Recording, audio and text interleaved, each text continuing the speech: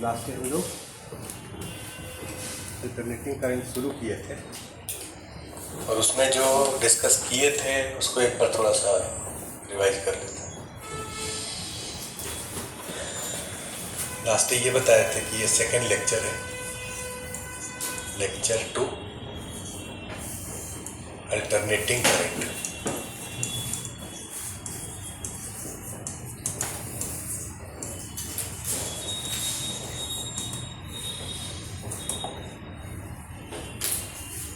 Last day ये बताए थे कि लास्ट डे का जो लास्ट पॉइंट था वहाँ से शुरू कर रहे हैं कि अगर ये एक रेजिस्टर है, एक इंडक्टर है, कैपेसिटर है और एक इंडक्टर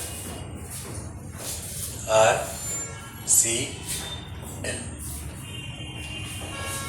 ये तीनों सीरीज में है और इसके क्रॉस एक अल्टरनेटिंग सोर्स लगा है।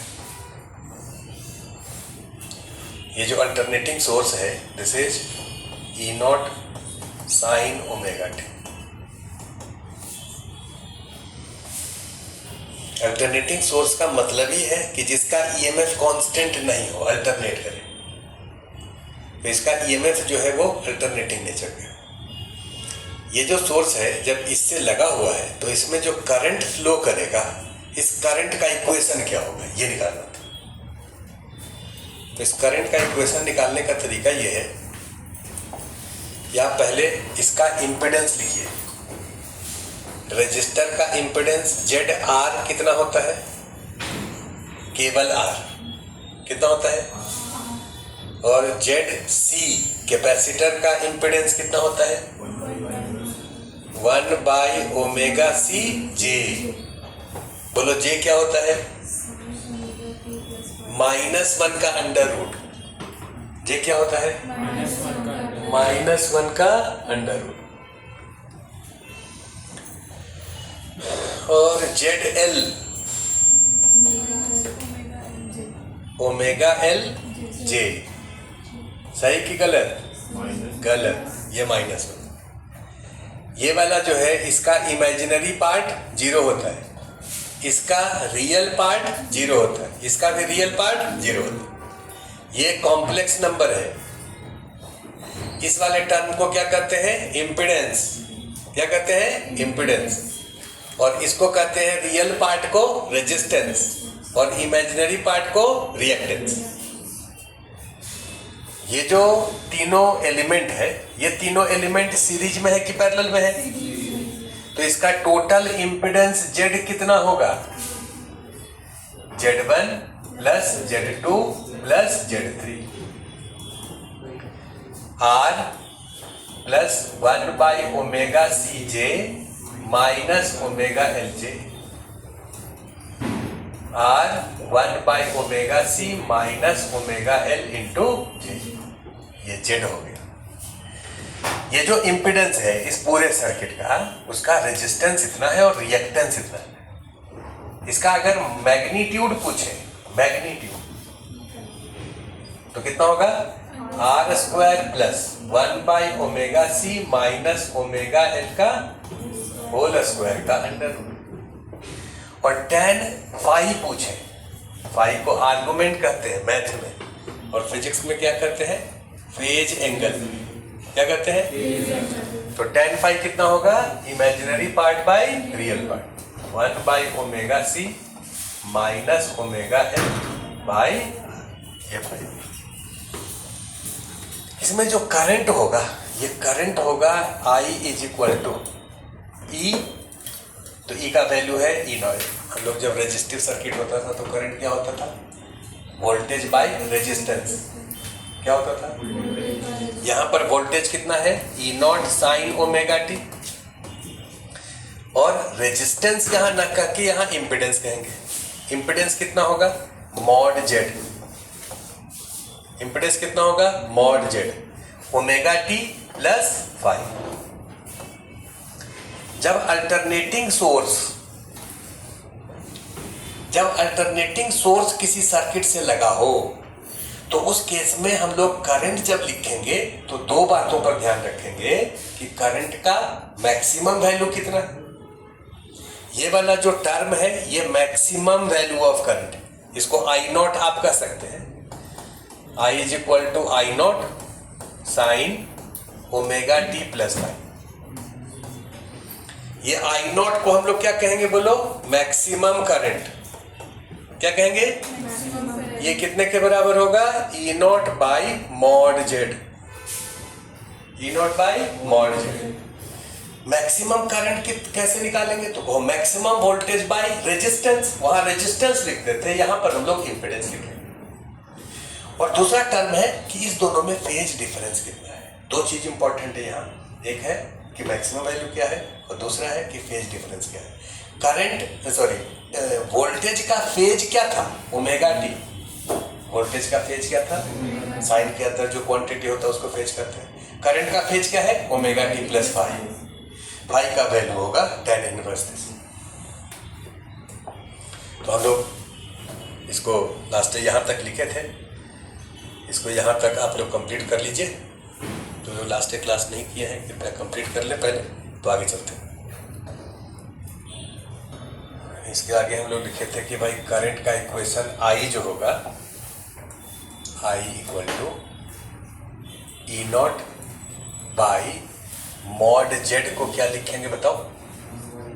मॉड जेड होगा R square plus 1 by omega C minus omega L का स्क्वायर का under sine omega T plus 5 होगा tan inverse 1 by omega C minus omega L by R. ये करंट का equation हुआ। अब ये जो सर्किट है ये जनरल सर्किट है। ये सबसे लास्ट क्वेश्चन हम लोग डिस्कस कर रहे हैं अल्टरनेटिंग सर्किट। इससे पहले क्या होगा? तो कौशल अल्टरनेटिंग सोर्स से केवल रजिस्टर को लगाइए। केवल रजिस्टर को लगाने के लिए क्या करना होगा? इसको कनेक्टिंग वायर बनाना पड़ेगा। ये कैपेसिटर जो है ये कनेक्टिंग वायर कब बनेगा? जब कैपेसिटेंस इन्फिनिटी होगा। तो पहला केस हम ले लिए थे resistive circuit. Resistive circuit. Resistive circuit कब होगा बोलो? कंडीशन क्या लिखेंगे? ये सर्किट रेजिस्टिव कब होगा? जब C इन्फिनिटी हो जाए और L 0। तो रेजिस्टिव सर्किट केवल रहेगा तो कितना करंट होगा? तो कौशल यहीं से लिख दीजिए ई नॉट बाई आर, क्योंकि C इन्फिनिटी है और L 0। साइन ओमेगा टी और फाई कितना हो जाएगा? 0। फाई कितना हो जाएगा? 0। तो रेजिस्टिव सर्किट में जो करंट है ये वोल्टेज के फेज में होता है। करंट क्या होता है? वोल्टेज के फेज में होता है। और मैक्सिमम करंट कितना होगा? तो कहो ई नॉट बाई आर। उसी तरह से दूसरा क्या लिए थे? कैपेसिटिव सर्किट लिए थे ना। कैपेसिटिव सर्किट में करंट लिखना है तो कैपेसिटिव सर्किट का कंडीशन क्या लिखेंगे बताओ? R equal to 0, L equal to 0। तो R को 0 और L को 0 अगर कर दें तो IC, ये IR लिख देते हैं। IC कितना होगा? E not by 1 by omega C sine omega T plus pi by 2। R को 0 कर दीजिए और L को 0 कर दीजिए। तो ये 0 हो गया और ये positive quantity by 0 plus infinity होगा और tan inverse plus infinity pi by 2 होगा। कैपेसिटर में ये करंट का इक्वेशन है, ये मैक्सिमम करंट है। कैपेसिटर कितना होगा मैक्सिमम करंट? तो Kaushal maximum voltage by resistance. Capacitor का रेजिस्टेंस को रेजिस्टेंस न करके रिएक्टेंस करते हैं। क्या करते हैं? कैपेसिटिव रिएक्टेंस कितना होता है? 1 बाई ओमेगा सी।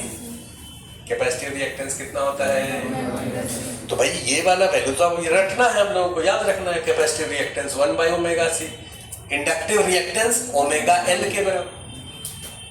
तो ये मैक्सिमम करंट कैपेसिटर में हो गया और करंट फेज अहेड होगा। फेज अहेड होगा। कैपेसिटर में करंट आगे और इंडक्टर में करंट पीछे। इसमें कंफ्यूजन खूब होता है शुरू। अब धीरे धीरे बहुत दिन के बाद तो याद हो ही जाता है। कंफ्यूजन जब होने लगे तो देखना, बार बार हम कहेंगे कैपेसिटर सी से, करंट भी सी से, दोनों कंस्ट्रक्टिव इंटरफेरेंस होता है। कंस्ट्रक्टिव का मतलब दोनों एक ही फेज में होते हैं। इंटरफेरेंस हम लोग आगे पढ़ेंगे जब वेव्स एंड साउंड में आएंगे तब। तो कैपेसिटर सी से, करंट भी सी से, दोनों एक दूसरे से क्या करेगा, कैपेसिटर में करंट लीड करेगा। तो कैपेसिटर में लीड करेगा याद है, तो इंडक्टर में लैग करेगा, उसका उल्टा हो जाएगा। रजिस्टर में फेज में रहेगा। इस पूरे आरसी सर्किट में, सॉरी ये अल्टरनेटिंग करंट में बात दो ही याद रखना होता है। आगे जब क्वेश्चन बनाना शुरू कर दोगे तो तुमको हमेशा दो ही बात का जरूरत पड़ेगा। एक बात का जरूरत पड़ेगा कि कैपेसिटर में करंट लीड करता है, तो इंडक्टर में ऑब्वियसली लैग करेगा, रजिस्टर में फेज में रहेगा। ये एक बात याद हो गया। दूसरा बात याद हो जाएगा कि कैपेसिटिव रिएक्टेंस कितना होता है, 1/ω/c, और इंडक्टिव रिएक्टेंस ओमेगा है। कब लैग और कब लीड करेगा तुमको पता है। तीसरा चीज तुमको जब क्वेश्चन सॉल्व करोगे तो एक ही काम करना है कि कैपेसिटर, रजिस्टर, इंडक्टर ये तीनों एक ही जैसा बिहेव करेगा, तीनों इंपीडेंस होगा। तो हम लोग इंपीडेंस का सीरीज कॉम्बिनेशन, इंपीडेंस का पैरेलल कॉम्बिनेशन करेंगे। क्वेश्चन पे आएंगे तो ज्यादा ठीक लगेगा, अभी तो फिर थ्योरी पढ़ रहे हैं। तो ये दूसरा पॉइंट हो गया। तीसरा पर आ जाओ कि inductive circuit. Inductive circuit, inductive circuit वो कब होगा, जब R 0 हो जाए और C इंफिनिटी हो। तो इंडक्टिव सर्किट हो जाएगा तो करंट IL कितना हो जाएगा बताओ, E0 बाई, इस इक्वेशन से, यहां से L को कर दो, C को कर दो इंफिनिटी, इसको कर दो 0, माइनस ओमेगा L का स्क्वायर का under root omega L sine omega T minus π/2। यहाँ कितना होगा, -π/2। यहाँ रखें। ये तीनों तो लास्ट कर ही लिए थे। तो हम लोग क्या क्या पढ़ लिए, RLC पढ़ लिए, उसके बाद केवल R पढ़ लिए, केवल L पढ़ लिए, केवल C पढ़ लिए। अब RL, RC और LC पढ़ेंगे। तो इसमें कोई नया चीज करना ही नहीं है। जब तुम 12th में देखना, जैसे अल्टरनेटिंग करंट जो है 6 घंटा सफिशिएंट है। अब उसी चीज को तुम्हारे बुक में या पैकेज में लिखा हुआ है जो कि कम से कम जो है 7 से 8 क्लास लगेगा। एक ही बात को रिपीट करो। आज RLC सर्किट पढ़ेंगे, आज LC पढ़ेंगे, आज LR पढ़ेंगे, आज R पढ़, अलग अलग सबको एक एक दिन लगा दो। जितना कोई टॉपिक में लंबा आप जाते हैं, इसका मतलब ये नहीं कि उसमें खूब जाना है। अगर कॉन्साइज फॉर्म में बात को समझ है, सब जगह एक ही चीज। RLC अगर जान लिए तो सब सर्किट तुम जान लिए। तीसरा का हम लोग क्या लिखे, चौथा बोलो RC। चौथा क्या लिखे, RC। बोलो RC सर्किट वो कब होगा, कंडीशन बोलो। L क्या होना चाहिए, 0।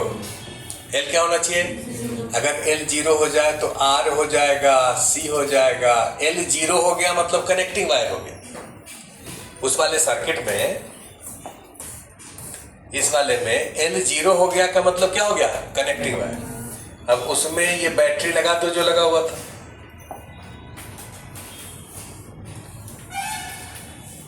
बैटरी कितना है, E0 साइन ओमेगा टी। तो इसमें जो करंट होगा इसका इक्वेशन क्या होगा। अब तुमको वो वाला इक्वेशन तो ऐसा करके रट करके तो रखे नहीं हो, तुम कैसे निकालोगे आगे से, ये सिखा रहे। जब भी तुमको कोई सर्किट दिखे तो ये जो सर्किट है इसके लिए तुम क्या करो कि इसको एक रेजिस्टर मानो, इसको भी एक रेजिस्टर मानो। ध्यान से बात को सुनना है। इसका ये जो रेजिस्टर है इसका इंपीडेंस कितना होगा, R, और इसका इंपीडेंस 1/ω/CJ। टोटल इंपीडेंस इस पूरे का, पहले का इंपीडेंस प्लस दूसरे का इंपीडेंस, दोनों सीरीज में है ना। तो क्या लिखेंगे, R + 1/ω/CJ। जब भी कोई सर्किट दिया है तो उसका नेट इंपीडेंस निकाल लिए। जैसे रेजिस्टिव सर्किट होता था तो नेट रेजिस्टेंस निकालते थे। अब इसमें करंट तुमको निकालना है तो voltage by resistance, voltage by resistance. तो इसमें करंट I होगा voltage E0 sign omega T by resistance. तो ये रेजिस्टेंस का मतलब इंपीडेंस का मैग्नीट्यूड लिखेंगे। क्या लिखेंगे, मैग्नीट्यूड। ये मैक्सिमम करंट हो गया। और इसमें जो फेज है वो फेज यहां जुड़ेगा। अब देखो ई नॉट बाई, बोलो मॉड जेड कितना होगा, R square plus 1 by omega square C square का under root sine omega T plus phi कितना होगा, tan inverse this by this, direct लिख सकते हो कि नहीं, tan inverse 1 by omega C R. आगे से ऐसे लिखेंगे, इस वाले में एल का वैल्यू 0 कर दो, देखो इतना ही आएगा कि नहीं, तो लिखिए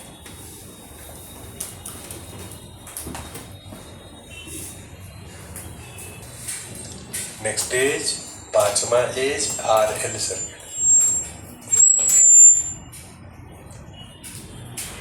आर एल सर्किट, ये आर है, ये एल है, इसमें आप अल्टरनेटिंग सोर्स लगा दिए,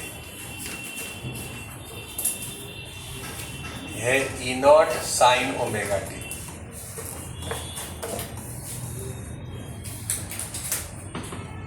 कंडीशन क्या लिखे हैं, अब कंडीशन लिखने का क्या जरूरत है, अब उसको याद रखना ही नहीं है। अब तो तरीका हम लोग सीख लिए कि भैया इसमें करंट निकालना है, अगर ये एक R1 रजिस्टर होता, ये R2 होता, तो करंट कैसे लिखते हैं, कौन sir voltage by R1 plus R2 करते हैं। यहाँ R1 प्लस R2 ना करके यहाँ Z1 प्लस Z2 करेंगे, तो बोलो टोटल इम्पिडेंस कितना होगा R, इसका कितना लिखेंगे माइनस ओमेगा एल से, तो इसमें जो करंट फ्लो करेगा I, ये होगा E not sine omega T voltage by resistance, तो यहाँ रेजिस्टेंस लिख करके इम्पिडेंस लिखेंगे और यहाँ पर प्लस फाई करेंगे। फाई क्या है, इसका, ये जो आप इम्पिडेंस लिखे हैं उसका फेज एंगल, और ये इसका मॉड है। बोलो मॉड कितना, R square plus omega square L square का under root sine omega T. Phi कितना, tan inverse minus omega L by R, तो tan inverse minus theta minus tan inverse theta हो जाता है, तो ये इसको लिख सकते हैं माइनस, बाहर हो गया omega L by are.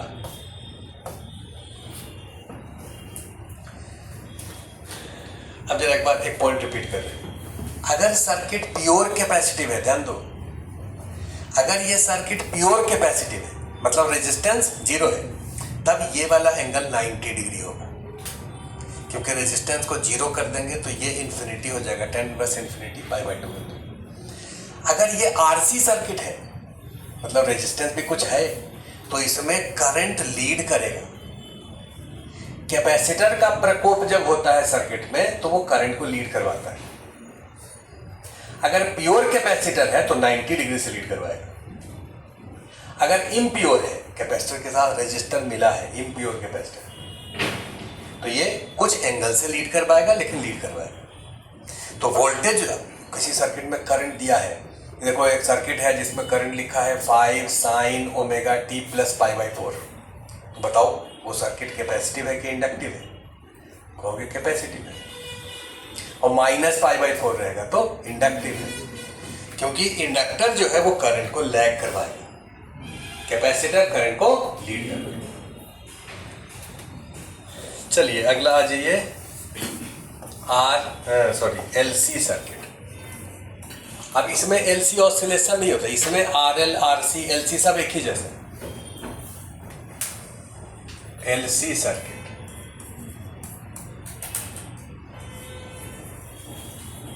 L है और सी है, अल्टरनेटिंग सोर्स से जोड़ दिए हैं।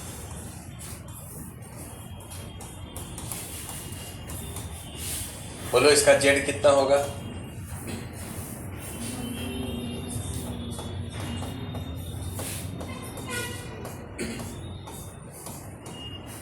बोलो ठीक है, जेड समझ आ गया। इसमें करंट निकालना है आई,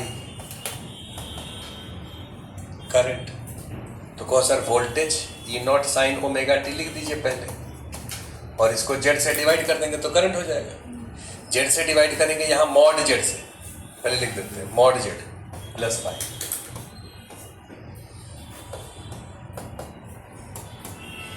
ई नॉट बाई मॉड जेड, बोलो 1/ωc माइनस ओमेगा एल का मॉड,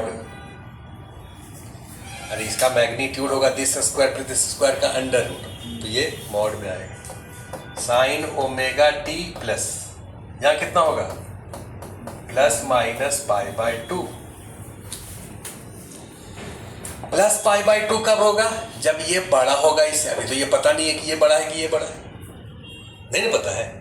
अगर 1/ωc बड़ा है ओमेगा एल से, तो ये क्वांटिटी क्या होगा पॉजिटिव। तो फाई क्या होता है, फाई होता है tan inverse this term 1/ωc minus omega L by 0। बोलो ना, अगर 1/ωc ओमेगा एल से बड़ा है तो ये प्लस होगा, प्लस बाई 0 प्लस इन्फिनिटी, ये हो जाएगा π/2। और अगर ओमेगा एल बड़ा है 1/ωc से, ये भी हो सकता है, तब उस केस में ये कितना हो जाएगा माइनस इन्फिनिटी, मतलब माइनस π/2। ये कैपेसिटर और इंडक्टर जो है उसका नेचर अपोजिट होता है।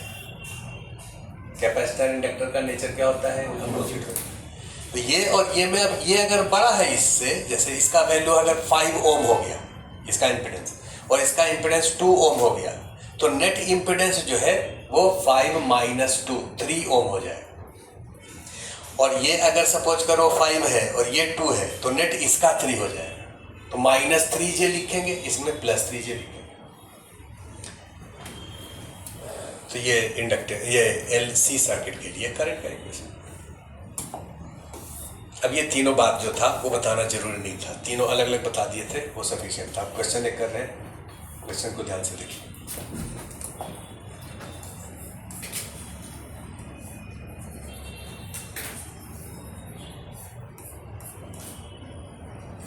ये जो रजिस्टर है ये 2 ओम का रजिस्टर है, और ये 35 मिली हेनरी, और ये 10/6 मिली फैराड। 10/6 को 5/3 भी कर सकते, 5/3 मिली फैराड कैपेसिटर, और इसको एक अल्टरनेटिंग सोर्स से जोड़ दिया। ये अल्टरनेटिंग सोर्स है 50 वोल्ट 100/π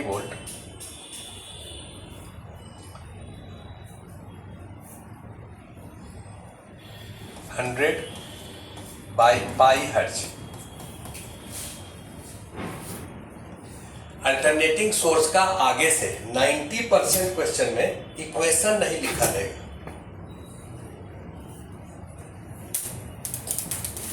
90% क्वेश्चन में इक्वेशन नहीं लिखा रहेगा। इक्वेशन, अभी तक हम लोग इक्वेशन लिख रहे थे ना, इक्वेशन लिखा रहे। तुमको लेगा ये अल्टरनेटिंग सोर्स है 50 वोल्ट 100/π हर्ट्ज। इसका मतलब कि इसका RMS वैल्यू 50 है। ये किस चीज को रिप्रेजेंट करेगा, RMS, और इसका जो फ्रीक्वेंसी है वो 100/π हर्ट्ज। और जरा ध्यान से सोच करके देखो, लास्ट डे जनरेटर हम लोग पढ़े थे। जनरेटर में रोटर था जो घुमाता था ऐसे ऐसे, जिसको हम लोग टरबाइन कहते थे। वो टरबाइन का जितना ओमेगा है, टरबाइन को अगर 50 RPM से घुमा रहे, 50 रिवॉल्यूशन पर मिनट, तो टरबाइन का जितना ओमेगा है, अल्टरनेटिंग सोर्स का ओमेगा उतना ही होगा। अल्टरनेटिंग सोर्स का ओमेगा का मतलब कि जैसे भाई इक्वेशन जब आप लिखते हैं E0 sin ओमेगा t, तो ये ओमेगा को क्या कहते हैं, एंगुलर फ्रीक्वेंसी।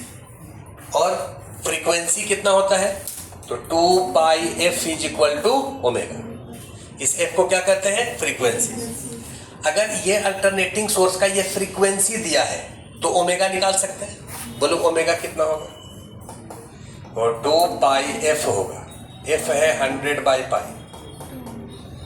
तो ये हो गया 200 रेडियन पर सेकेंड। ओमेगा का यूनिट क्या होगा, रेडियन पर सेकेंड। तो ये इतना ओमेगा होगा। इसका मतलब जो टरबाइन था, ये जो जनरेटर है वो जनरेटर टरबाइन से चल रहा है, तो जो टरबाइन था उसका एंगुलर वेलोसिटी इतना था। जितना उसका एंगुलर वेलोसिटी होगा उसी का इसका एंगुलर फ्रीक्वेंसी होगा, और वहां से आपको फ्रीक्वेंसी दिया रहेगा। तो ये दिया है मतलब आप ओमेगा निकाल सकते हैं। और ये इसका RMS वैल्यू दिया है। 50 वोल्ट क्या है, जब भी अल्टरनेट, जैसे हमारे यहाँ जो वोल्टेज सप्लाई है ये 220 वोल्ट एसी है। कितना है? तुम जितना भी अप्लाइंसेज है उसमें देखो 220 वोल्ट और उसका हर्ज लिखा रहेगा। हमारे जनरल सप्लाई 60 हर्ज का है, सॉरी 50 हर्ज का है।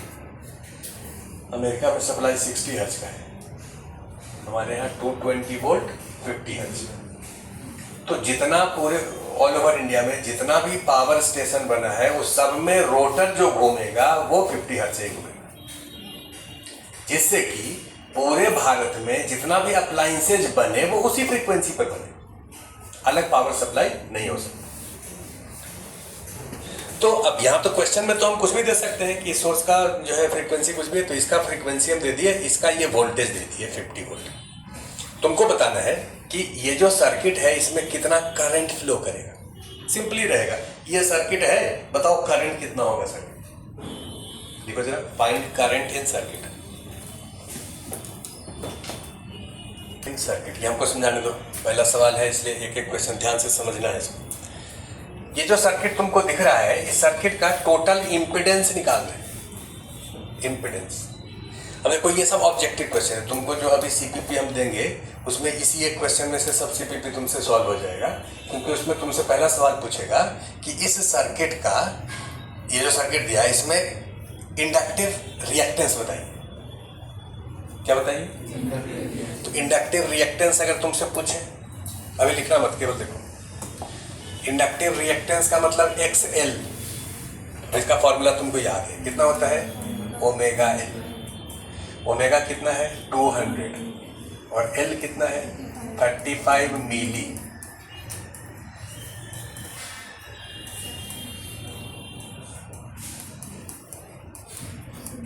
Seven ohm. पहला सवाल हो। दूसरा सवाल तुमसे पूछेंगे कि कैपेसिटिव रिएक्टेंस बताइए। कैपेसिटिव रिएक्टेंस क्या होगा? ओमेगा का वैल्यू है 200 और C का वैल्यू है 5/3 और नीचे मिली। देखो ठीक है, ये ऊपर चला जाएगा तो 3 × 1000 डिवाइडेड बाय 1000 कट करके 3 ओम। इंडक्टिव रिएक्टेंस कितना, कैपेसिटिव रिएक्टेंस कितना हो गया? 3 ओम। तुमसे पूछे इसका इम्पिडेंस लिखो। अगला सवाल, ये तीसरा सवाल है, इस सर्किट का इम्पिडेंस लिखिए। इम्पिडेंस का मतलब इसका इम्पिडेंस प्लस इसका प्लस इसका, क्योंकि तीनों सीरीज में। बोलो इसका इम्पिडेंस कितना होगा? Z1 plus Z2 plus Z3। अगर तुमसे पूछे केवल इसका इम्पिडेंस बताओ, क्या बोलोगे? केवल 2 प्लस 0J। 0J लिखना जरूरी नहीं। दूसरा जो है उसका इम्पिडेंस बोलो -7J। दूसरा वाला क्या है? ये है ना, इसका कितना है? 7 और ये लैग करता है तो माइनस लिखते हैं, और वो लीड करता है इसलिए प्लस लिखते हैं। तीसरा का बोलो 3J। टोटल इम्पिडेंस इस पूरे सर्किट का 2 -4J। 2 -4। देखिए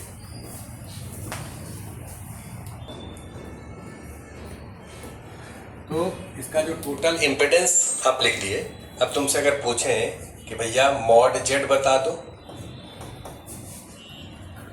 अब ये कॉम्प्लेक्स नंबर, सबसे सिंपलेस्ट कॉम्प्लेक्स नंबर, बोलो पढ़े ना कॉम्प्लेक्स नंबर।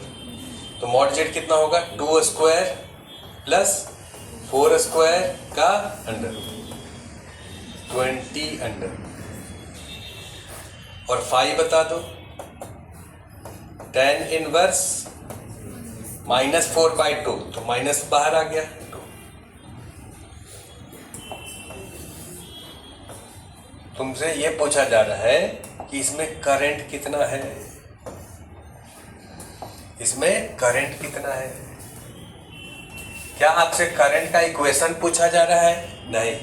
अगर अल्टरनेटिंग सोर्स, अल्टरनेटिंग सर्किट में यहाँ इक्वेशन दिया है तो आप करंट का इक्वेशन लिखिए। यहाँ RMS वैल्यू दिया है तो आप RMS वैल्यू लिखिए। कितना करंट इसमें फ्लो करेगा? I तो कौन सा वोल्टेज कितना है 50 और इम्पिडेंस मतलब मॉड जेड 50/√20 ये करंट। ये जो करंट है ये इससे लैग करेगा कि लीड करेगा? लैग करेगा कि लीड करेगा? लैग करेगा। क्यों लैग करेगा? क्योंकि ये आरएल सर्किट है। क्या है? ये इंडक्टर और कैपेसिटर दोनों मिल करके या तो इंडक्टर होगा या कैपेसिटर होगा, जो बड़ा है उसके तरफ टेंड करेगा। कोई भी सर्किट जो होता है वो आरएलसी होता ही नहीं है, वो या तो आरएल होता है या आरसी होता है या एलसी होता है। जैसे ये वाला जो सर्किट है, इस सर्किट को अगर हम थोड़ा सा छोटा करके लिख दें तो ये सर्किट बेसिकली आरएल सर्किट है। और इसके क्रॉस आप ये वोल्टेज लगाएं 50 वोल्ट 100/π हर्ट्ज। ये जो रेजिस्टर है इसका रेजिस्टेंस कितना है 2 ओम, समझो भाई। और ये जो इंडक्टर है इसका इंडक्टिव रिएक्टेंस कितना है 4 ओम। कितना है 4 ओम, क्योंकि इसका जेड जब आप निकाले हैं तो कितना है 2 - 4j, मतलब 2 तो रेजिस्टेंस है और 4 इसका इंडक्टिव रिएक्टेंस है, माइनस है इसलिए इंडक्टिव है। अगर यहाँ 2 + 4j रहता तो क्या कहते हैं, वो कैपेसिटर है जिसका वैल्यू 4 ओम है। ये ओम यूनिट ओम है। तो ये वाला सर्किट कैसा है, आरएल की आरसी? आरएल। इसमें करंट लैग करेगा कि लीड करेगा? लैग करेगा। कितने से लैग करेगा? तो गॉट tan इनवर्स 2 से। tan इनवर्स 2 से। तो करंट का मैग्नीट्यूड इतना होगा और इतने से लैग करेगा। अब अगर इसका इक्वेशन दिया रहता तो उसी के अनुसार हम लोग फेज को घटा देते और मैग्नीट्यूड मैक्सिमम वैल्यू करंट का जो है मैक्सिमम वैल्यू हम लोग उसको लिख देते हैं मैक्सिमम वोल्टेज बाय दिस। ये वाला बेसिकली ये जो है ये आरएमएस वैल्यू है करंट का। क्या है? आरएमएस। तुमसे पूछे कि अच्छा बताओ करंट जो इसमें फ्लो करेगा उसका मैक्सिमम वैल्यू कितना होगा, तो कहो आरएमएस वैल्यू इंटू √2। मैक्सिमम कितना होगा? RMS into √2। अगर ये वाला वोल्टेज मैक्सिमम होता, जैसे ये आरएमएस वोल्टेज है ना, तो करंट आई अगर आरएमएस तुमको लिखना है तो ये होगा voltage RMS bye mod Z. और आई मैक्स अगर लिखना है, आई मैक्स को आई नॉट करते हैं तो ये होगा वी मैक्स। तो वी मैक्स को यहां ई नॉट हम लोग लिखते हैं generally, E not bye mod Z. अब इसमें अगर दोनों तरफ √2 से डिवाइड कर दे इस वाले इक्वेशन में तो कितना होगा I naught by √2 equal to, इधर भी कर दो, E naught by √2 mod Z. I naught by √2 कितना I RMS और E नॉट बाय √2 कितना V RMS। RMS वोल्टेज दिया है बाई मॉड जेड करेंगे तो RMS करंट आएगा, मैक्सिमम वोल्टेज दिया है बाई मॉड जेड करेंगे तो मैक्सिमम करंट आएगा। इसमें करंट पूछा जा रहा है तो वोल्टेज कौन सा दिया है RMS, करंट कौन सा पूछा जा रहा है RMS, तो RMS करंट का वैल्यू होगा 50/√2। लिखिए आप। नेक्स्ट पार्ट लिखिए क्वेश्चन का, find power supplied by source, power supplied by source.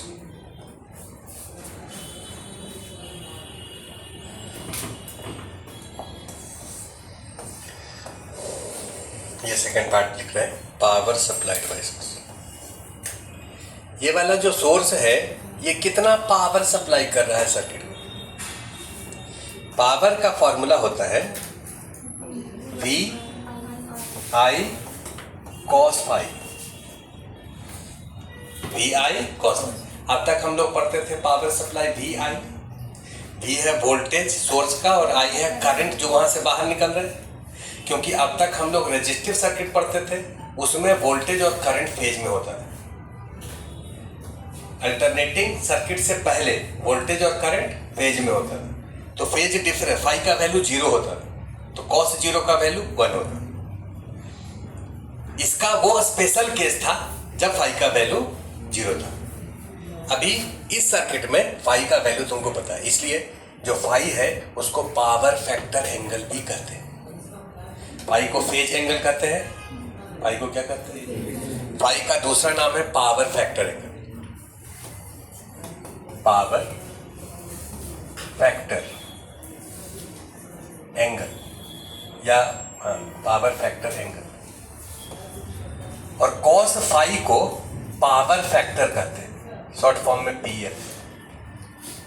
This is power factor.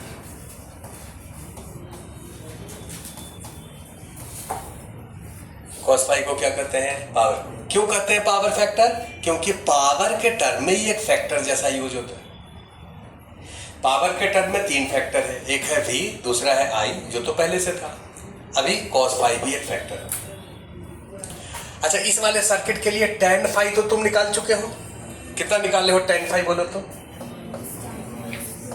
नहीं बोलते हो? अच्छा, एक सेकंड। इस वाले सर्किट का यहां लिख रहे हैं z तुम लोग पहले लिख चुके हो। z कितना आया था बोलो तो? 2 - 4j, ये z आया था। इस z को अगर हम आर्गन डायग्राम पर ड्रॉ करें तो कहोगे सर 2 लिख दीजिए इधर के तरफ, ये 2 हो गया, और 4 लिख दीजिए नीचे के तरफ, ये z हो गया, और ये फाई हो। तुमसे पूछे कॉस फाई बताओ जी। कॉस फाई कोई बात नहीं, कॉस फाई होगा 2 बाई मॉड z। 4 चौके 16, 4 20, 20 होगा। ये कितना हो जाएगा? 1/√5। अगर केवल क्वेश्चन हम ये पूछते कि इस वाले सर्किट का पावर फैक्टर एंगल बताओ या पावर फैक्टर बताओ, तो 1/√5 केवल कहते तो गलत हो जाएगा। पावर फैक्टर, इसका पावर फैक्टर जब भी तुम लिखते हो तो इसका मैग्नीट्यूड लिखना है और साथ में लिखना है लैगिंग की लीडिंग। लैगिंग या लीडिंग, ये क्या कर रहा है? लैग। तो यहां लिखो लैगिंग।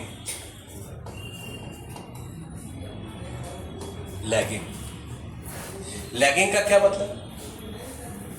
लैगिंग का मतलब करंट लैग कर रहा है वोल्टेज। लैगिंग का मतलब, लैगिंग लिखा है का मतलब यहां माइनस है। अगर यहां पर सपोज करो प्लस रहता तो पावर फैक्टर तो इतना ही होता। अगर केवल इतना ही लिख देते 1/√5 तो उससे पता नहीं चलता कि यहां पर प्लस है कि माइनस है। इसलिए प्लस माइनस यहां से क्लियर हो जाए जब आप लैगिंग या लीडिंग लिखें। इस वाले केस में लैगिंग होगा। अब पावर कितना है ये लिख रहे हैं, पावर। तो VI cos फाई, ये V क्या है? अंडरस्टूड है, V RMS। V क्या है? अभी क्लियर कर देते हैं। V RMS। I क्या है? I RMS into cos phi. V RMS कितना है बताओ? 50। V RMS कितना है? 50। I RMS कितना है? बोलते नहीं हो। Into cos phi 1/√5। जरा मल्टीप्लाई करिए, देखिए कितना आएगा।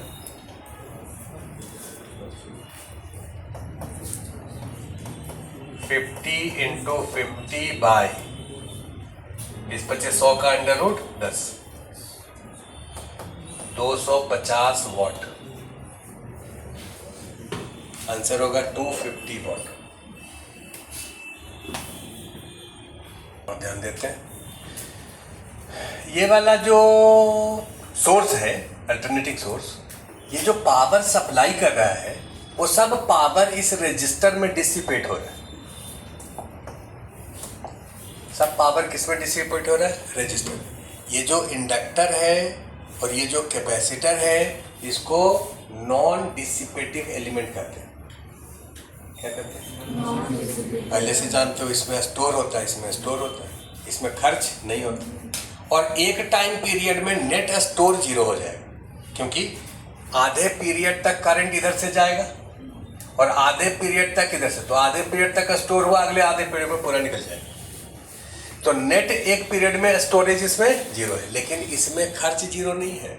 इधर से जाएगा तब भी डिसिपेट होगा, इधर से जाएगा तब भी डिसिपेट होगा। तो जो भी पावर ये सप्लाई करता है वो सब पावर रजिस्टर में डिसिपेट होता है। ये बात प्रूफ करेंगे, थ्योरेटिकली प्रूफ करके दिखाएंगे, अभी न्यूमेरिकली बात को समझो। तो अगर तुमको पावर सप्लाई निकालना है तो इसका एक और तरीका है, सेकेंड मेथड, कि भाई ये तो हमको पता है कि ये जो पावर सप्लाई करेगा वो सब इसी में डिसिपेट होगा, तो इसमें जो पावर डिसिपेट होगा वही निकाल लेते हैं। कितना होगा पावर डिसिपेट? IRMS का square into R. I square R power dissipation होता है ना, यहां पर क्या होगा? IRMS का स्क्वायर इंटू आर। IRMS कितना था बताओ? 50/√20 का स्क्वायर, और आर कितना है? 2। देखो सेम आंसर आ रहा है।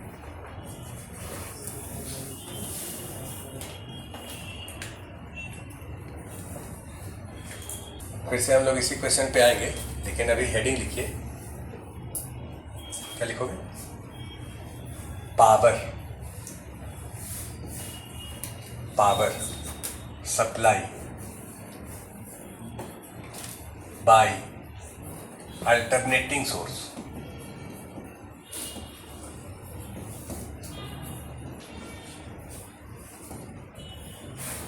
कोई भी अल्टरनेटिंग सोर्स जो है वो या तो RL होगा या RC होगा, बोलो ना। कोई भी अल्टरनेटिंग सोर्स या तो RL होगा या RC होगा। तो ये R है और ये C अभी मान लेते हैं, इसमें प्रूफ करके दिखा रहे। ये अल्टरनेटिंग सोर्स है, इसका इक्वेशन है E0 sin ओमेगा t।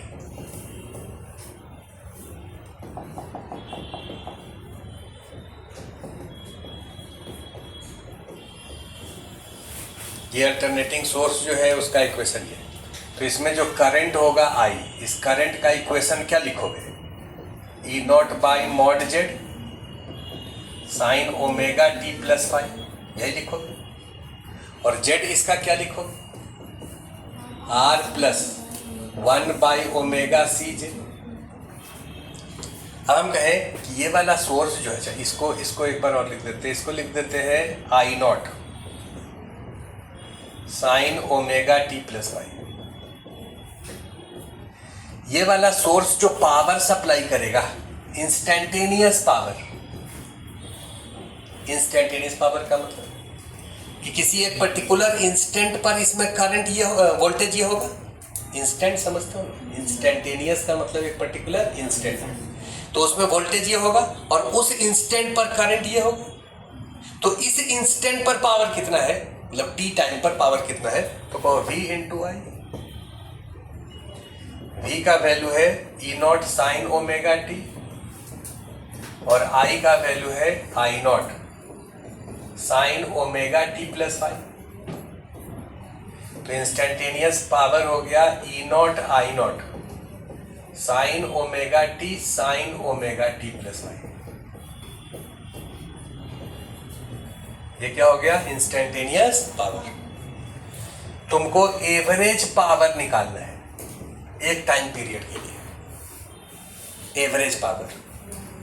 तो कहोगे सर एवरेज का फॉर्मूला तो आप बताए हैं, P dt का इंटीग्रेशन डिवाइडेड बाय dt का इंटीग्रेशन। कितने के लिए निकालना है? एक टाइम पीरियड के लिए। ये इंटीग्रेशन अभी तुम लोग करके दिखाओगे, हमरा करके याद किया हुआ है। ये आएगा E0 I0 by 2 cos five. इतना आएगा, अभी तुमसे करवाएंगे इंटीग्रेशन। ठीक, क्या हम इसको कह सकते हैं E0 by √2 into I0 by √2 into cos five. इसको कह सकते हैं ERMS IRMS cos फाइव। ये वाला सोर्स एवरेज पावर जो सप्लाई कर रहा है उसका वैल्यू है, ठीक है। ERMS IRMS cos five. अब ये आगे से फॉर्मूला हम लोग याद रखेंगे, इसका इंटीग्रेशन करके तुम लोग दिखा लो, या यहाँ तक लिख लो, ये अगले दिन करके हमको दिखाना है ये इंटीग्रेशन।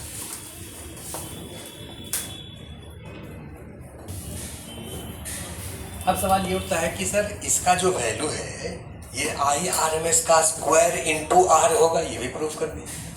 तो लीजिए इसको प्रूफ करके दिखा रहे हैं। ये वाला वैल्यू IRMS का स्क्वायर इंटू आर कैसे होगा? ये जो है इसका जेड का value impedance are plus 1/ωc/J। इस इम्पिडेंस को जब आप ड्रॉ करेंगे तो इधर आर होगा और इधर 1/ωc होगा, ऐसे जेड होगा। ये क्या होगा? पाई होगा, बोलो ना। और कॉस पाई कितना होगा? अभी लिखो मत, यहां ध्यान दो। कॉस पाई कितना होगा? R by mod Z. Cos pi इतना होगा। पावर का फॉर्मूला होता है पावर, पी एवरेज। पावर जब भी बोले तो पी एवरेज है। इंस्टेंटेनियस तो इंस्टेंटेनियस वोल्टेज इनटू करंट होगा। एवरेज पावर होता है IRMS इंटू कॉस पाई, और कॉस पाई को लिख दो R by mod Z. Cos pi क्या होगा? R by mod Z. अब बताओ, ये मॉड जेड को इसके नीचे ले आते हैं तो IRMS बाई मॉड जेड कितना होता है? IRMS बोलबे नहीं करते हो कुछ। IRMS बाई मॉड जेड कितना होगा? IRMS इंटू IRMS का स्क्वायर इंटू आर। देखो प्रूव हो गया। तो IRMS कॉस फाई जो है बेसिकली IRMS का स्क्वायर इंटू आर। इसको लिख लो। तो अब पैकेज निकालिए और CPP 1 से लेकर के 7 तक करिए। एक एक करके हम लोग करेंगे। पहले पहला क्वेश्चन करो, डिस्कस करेंगे, फिर पेज 85 CPP 1। तो हम लोग कर रहे हैं CPP का question number 1, page 85।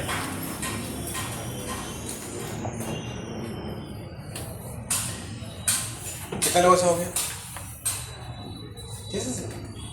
Which of the following plot may represent reactance of series LC combination? छी। ये देखो सीरीज L और ये C, सीरीज LC दिख रहा है। इसका इम्पिडेंस बोलो -ωLJ, इसका बोलो 1/ωc। तो 1/ωc माइनस ωLJ, ये इम्पिडेंस हुआ 0 प्लस इतना। 0 भी तो होगा।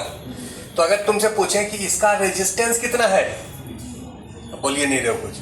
अरे ये जेड जो है ये होगा 0 प्लस 1/ωc माइनस ωLJ, ऐसे नहीं लिखाएगा। इसको कहेंगे रेजिस्टेंस और इसको कहेंगे रिएक्टेंस। रेजिस्टेंस और रिएक्टेंस। रिएक्टेंस x कितने के बराबर? 1/ωc minus ωL। तो तुमसे क्या कहा गया? Which of the following plot में represent reactance of series LC combination. ये सीरीज LC कॉम्बिनेशन है, उसका रिएक्टेंस इतने के बराबर। x और ओमेगा में कैसा ग्राफ होगा? तुम लोग मैथ के स्टूडेंट हो कि हम हैं? x और ओमेगा में ग्राफ पूछ रहे हैं। देखो तो x और ओमेगा में स्ट्रेट लाइन दिखेगा है? तो कैसे ग्राफ ड्रॉ करेंगे? कौशिक कर्व लाइन तो होगा कुछ ऐसा। एक बार ओमेगा इक्वल टू 0 पर देख लीजिए, एक बार इन्फिनिटी पर देख लीजिए। अच्छा, ऐसे भी तुम सोच सकते हो कि देखिए सर, अगर x का वैल्यू हम 0 कर दें तो ओमेगा कितना आ जाएगा? x का वैल्यू 0 ये वाला एक्सिस है कि नहीं? इस वाले एक्सिस का इक्वेशन क्या होगा? x equal to 0। और इसका इक्वेशन क्या होगा? Omega equal to 0। बोलिए नहीं रहो कुछ। x का वैल्यू 0 करो तो ओमेगा कितना होगा? 1/LC under root. मतलब ये वाला ग्राफ यहां पर कट करेगा 1/LC अंडर रूट। और ओमेगा का वैल्यू अगर 0 कर दें, यहां पर ओमेगा 0 है, 0 करो, ये इन्फिनिटी दिख रहा है तो इन्फिनिटी से ऐसे चालू होगा, यहां पर इन्फिनिटी से चालू होगा। ये कहां टच करेगा? इन्फिनिटी। ये ओमेगा का वैल्यू 0 की इन्फिनिटी हुआ, जैसे जैसे आगे गया, एक बार जब ओमेगा का वैल्यू 1/LC होगा तो इसको कट करेगा। उसके बाद ओमेगा का वैल्यू जब इससे बढ़ाओगे और इन्फिनिटी कर दोगे, कितना कर दोगे? इन्फिनिटी, तो ये 0 हो गया और ये माइनस इन्फिनिटी हो गया, तो ये माइनस इन्फिनिटी पर टच करेगा, बोलो ना। तो ये वाला ग्राफ जो है वो तो आपको नेचर देख करके बनाना था। बनाइए, चारों ऑप्शन में से देखिए कौन सा होगा। पहला ऑप्शन स्ट्रेट लाइन है, तुम कहते हो कि नहीं होगा। दूसरा ऑप्शन स्ट्रेट लाइन है, नहीं होगा। तीसरा ऑप्शन में क्या कट कर रहा है? एक्सिस को, इसको कट करना चाहिए कि नहीं? क्योंकि ओमेगा है, एक्स का वैल्यू 0 करेंगे तो ओमेगा का वैल्यू 1/LC√, होगा, तो कट तो करेगा ही, समझ ले। सेकंड क्वेश्चन में लिखा है कि अतीक, या देखो, series AC circuit has resistance 4। AC circuit resistance कितना है? 4। देखो ऐसे लिखेंगे 4 ओम।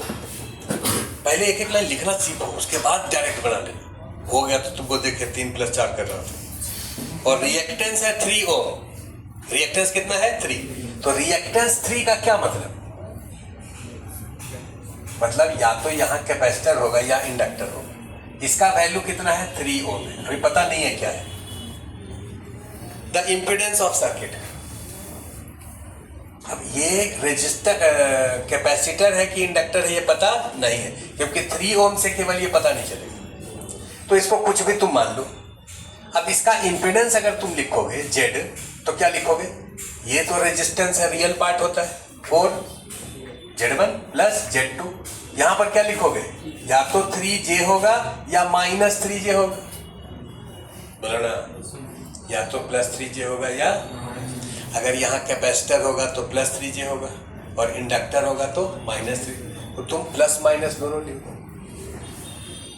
चारों ऑप्शन जो दिया है उसमें इंपिडेंस पूछा जा रहा है। क्या पूछा जा रहा है? अब ये चारों ऑप्शन में क्या इंपिडेंस का मैग्नीट्यूड पूछा जा रहा है? बोलो बिल्कुल मैग्नीट्यूड के फॉर्म में लिखा जा रहा है। तो ये Z का मॉड कितना होगा? प्लस रहे या माइनस रहे, दोनों केस में प्लस ही आएगा। 4 × 16 3 × 25 5 ओम। तीसरा क्वेश्चन पढ़ने का समय मिल गया? ये हम समझाए नहीं? है, समझाएंगे। ये बात तुमको पहले पढ़ा चुके हैं। कहाँ? SHM में। कहाँ पढ़ाए हैं? एक बार जरा याद करवाते हैं। वहां पर हम 2 या 3 SHM का सम बताए थे। जैसे SHM का सम होता है वैसे ही अल्टरनेटिंग करंट का भी सम होता है। ठीक है? यहां पर क्वेश्चन दिया है,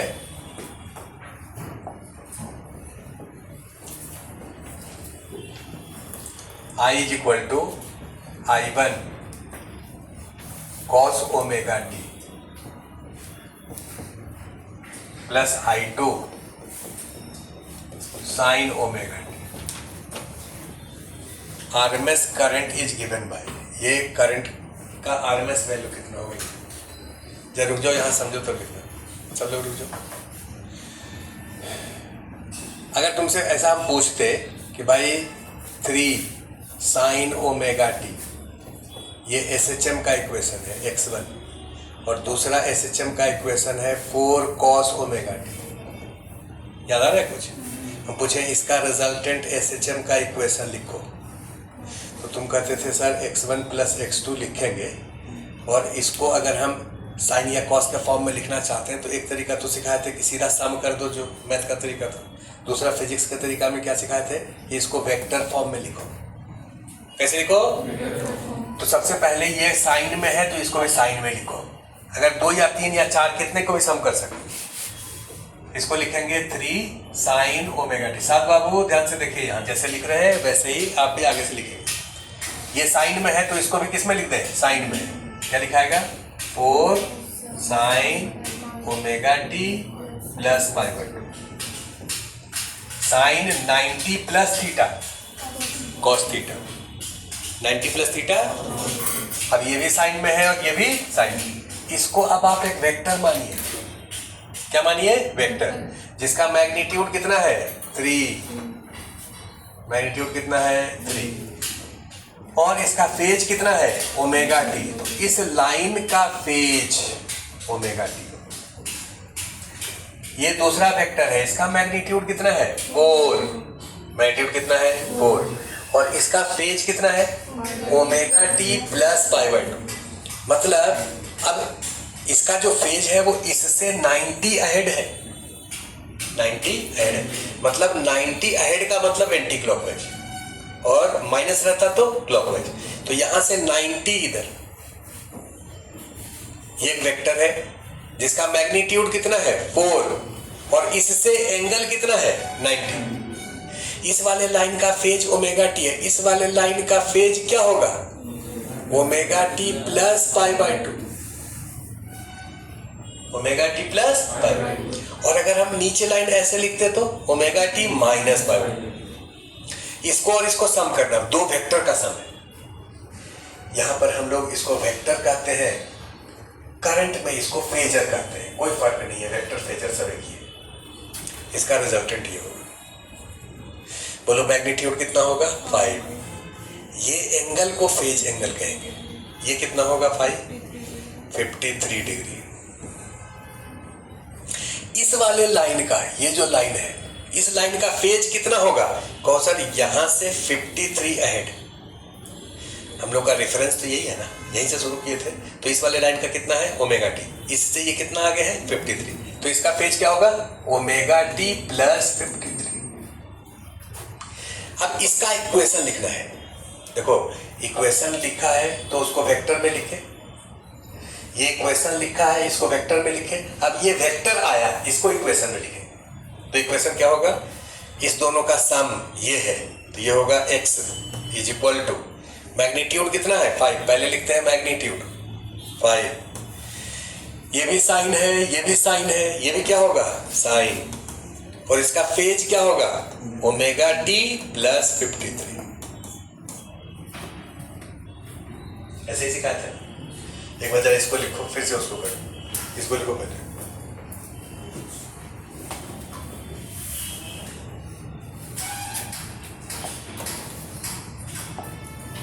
यहाँ पर ये अल्टरनेटिंग करंट है, ये दूसरा अल्टरनेटिंग करंट है, तो दो SHM है। अगर इसको हम SHM ही मान ले तो क्या दिक्कत है, ये मैग्नीट्यूड हो गया, ये इसका कॉस ओमेगा टी। तो ये दो SHM को अगर सम करना तो पहले कॉस को साइन में चेंज कर दे, पहले कॉस को क्या करेगा, तो दो ये वाला जो टर्म है क्या हम इसको ऐसे लिख सकते हैं I1 sign omega T plus π/2, और यहाँ I2 साइन ओमेगा टी। अब ये और ये दोनों साइन में आ गया, इसको पहले लिखते हैं I2, ध्यान से देखो यहाँ, ये I2 है, इसका फेज कितना है ओमेगा टी, ये I1 है, और ये इससे अहेड है ओमेगा टी प्लस है, तो I1 ऐसे होगा, ये I होगा। I का मैग्नीट्यूड, तुमसे इसका मैग्नीट्यूड पूछा जा रहा है, बोलो I1 square plus I2 square का अंडर। बस इतना ही तो है, पूरा इक्वेशन तो लिखने के लिए कहा नहीं। अगर पूछे इसका इक्वेशन लिखो तो कहोगे सर ये एंगल को आप फाई मान लीजिए, तो इसका इक्वेशन क्या होगा I इज इक्वल टू, बोलो इसका magnitude I1 square plus I2 square का अंडर रूट, और ये साइन है, ये साइन है, तो यहाँ भी साइन, ये ओमेगा टी है, इसका क्या है ओमेगा टी प्लस π/2, इसका क्या होगा ओमेगा टी प्लस 5। बोलो ना, इस लाइन का ओमेगा टी है तो ये इसका फेज क्या होगा ओमेगा टी प्लस π/2, और इसका क्या होगा ओमेगा टी प्लस 5। इक्वेशन लिखना है तो ऐसे लिखेंगे। तुमको जो चारों ऑप्शन है उसमें केवल इसका मैग्नीट्यूड क्या पूछोगे, आरएमएस वैल्यू पूछा जाएगा, तो ठीक है, ये आई का इक्वेशन हो गया, तो आरएमएस वैल्यू क्या होगा मैक्सिमम बाय √2। आरएमएस क्या होगा, तो आई आरएमएस ये होगा आई मैक्स बाय रूट 2।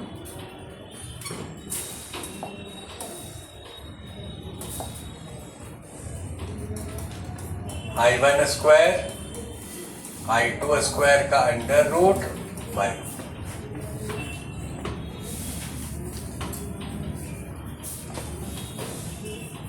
तो कि सर आरएमएस वैल्यू जो होता है वो डीसी इक्विवेलेंट ही तो होता है, और डीसी का मतलब कांस्टेंट, डीसी का मतलब कांस्टेंट। तो अगर करंट 2.8 एम्पियर है तो वो तो कांस्टेंट है, क्या वेरिएबल है?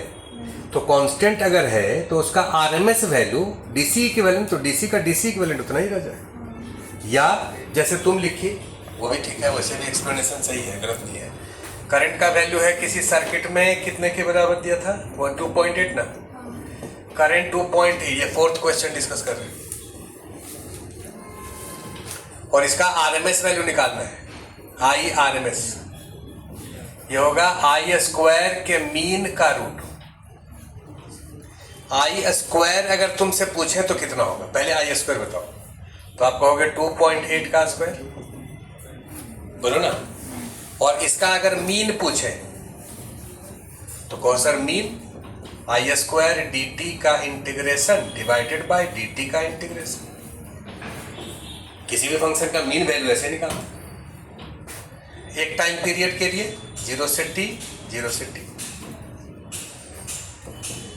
ये आई जो है वो कांस्टेंट है, तो बाहर कर दो, आई स्क्वायर बाहर हो गया, बचा कितना, डी टी का इंटीग्रेशन t, और नीचे भी डी टी का इंटीग्रेशन t कट गया, कितना होगा आई स्क्वायर। तो आई स्क्वायर का एवरेज कितना होगा, आई स्क्वायर। बोलो ना, समझ आया? अब इसका अंडर रूट, एवरेज का रूट, ये कितना होगा आई, इसका अंडर रूट कितना होगा आई, मतलब 2.8। अगर कोई कांस्टेंट वैल्यू है तो उसका एवरेज भी उतना ही होगा, उसका आरएमएस भी उतना ही, वो चेंज नहीं करेगा।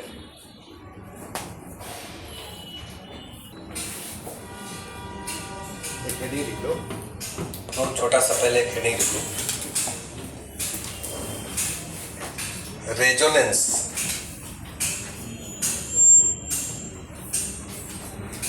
Resonance in series LCR circuit. LCR कहो, RLC कहो, LRC कहो, सब बात देखिए, किसी को पहले बाद में लिख सकते हो।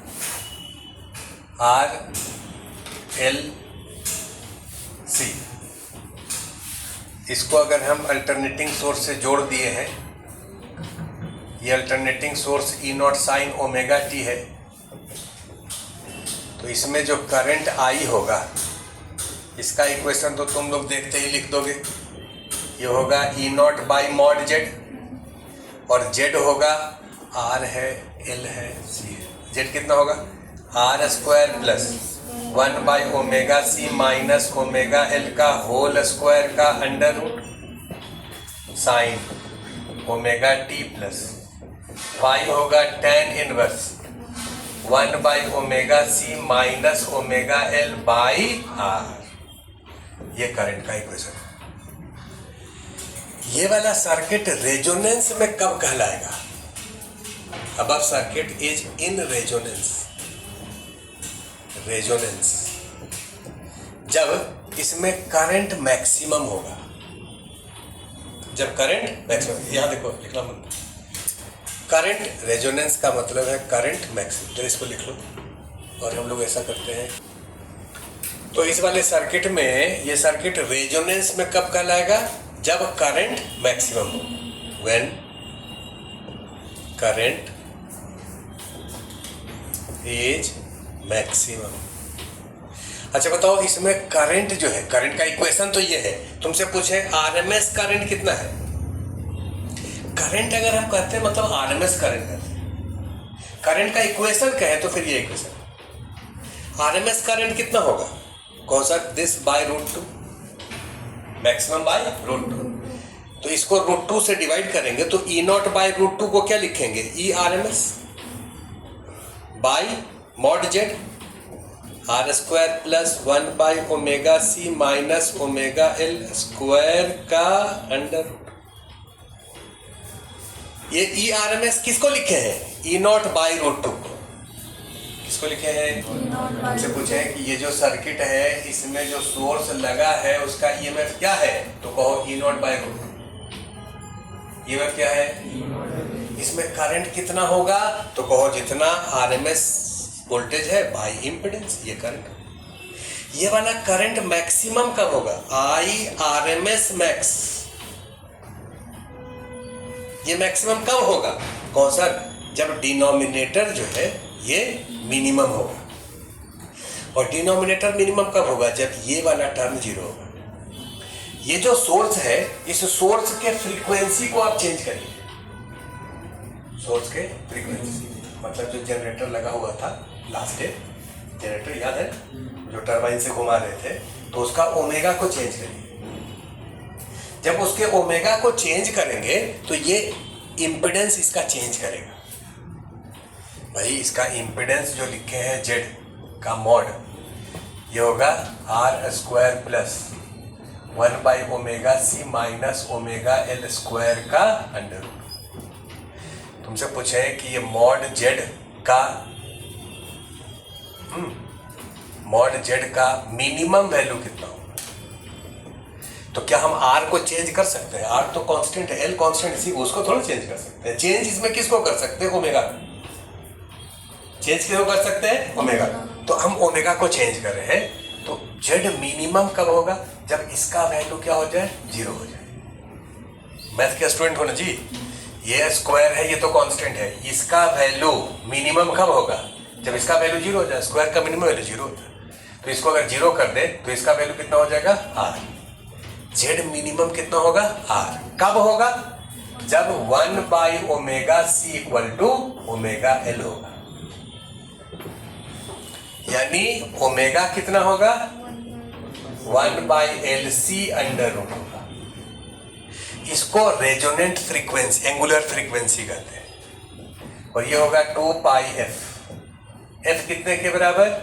1 by 2 pi 1 by L C under root. इसको रेजोनेंट फ्रीक्वेंसी कहेंगे। Resonant frequency.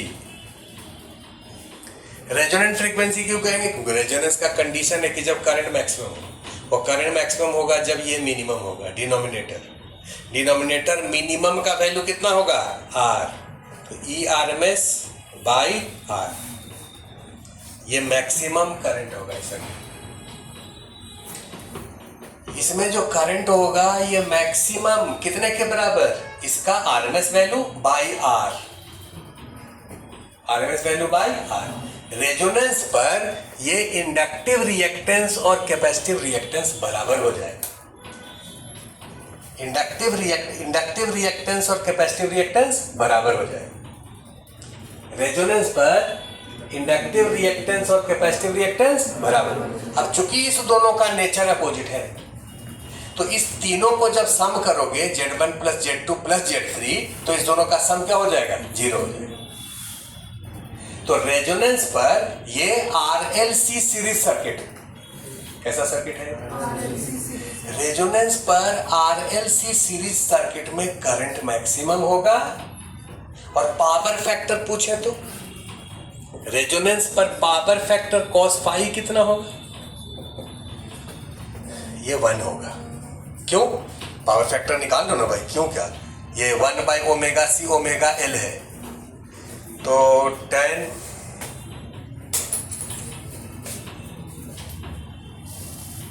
देखो ऐसे, इसका जब तुम जेड लिखोगे तो ये आर होगा। या ध्यान से बात को समझो, ये आर है। आर को किधर लिखेंगे? इस डायरेक्शन में, ये आर हो गया। इसका ओमेगा एल किधर होगा? नीचे। ओमेगा एल किधर होगा? नीचे। और इसका 1 बाई ओमेगा सी किधर होगा? ऊपर। लेकिन रेजोनेंस पर तो ओमेगा एल और 1 बाई ओमेगा सी बराबर होता है। इस तीनों को सम करना है तो वो जेड होगा। Z1 plus Z2 plus Z3, इस तीनों को सम करना है। तो इसका और इसका सम कितना हो गया 0। तो नेट जेड का वैल्यू कितना हो गया r। नेट जेड कितना हो गया r। तो जेड जो है वो इसी डायरेक्शन में है, तो एंगल फाई कितना होगा 0।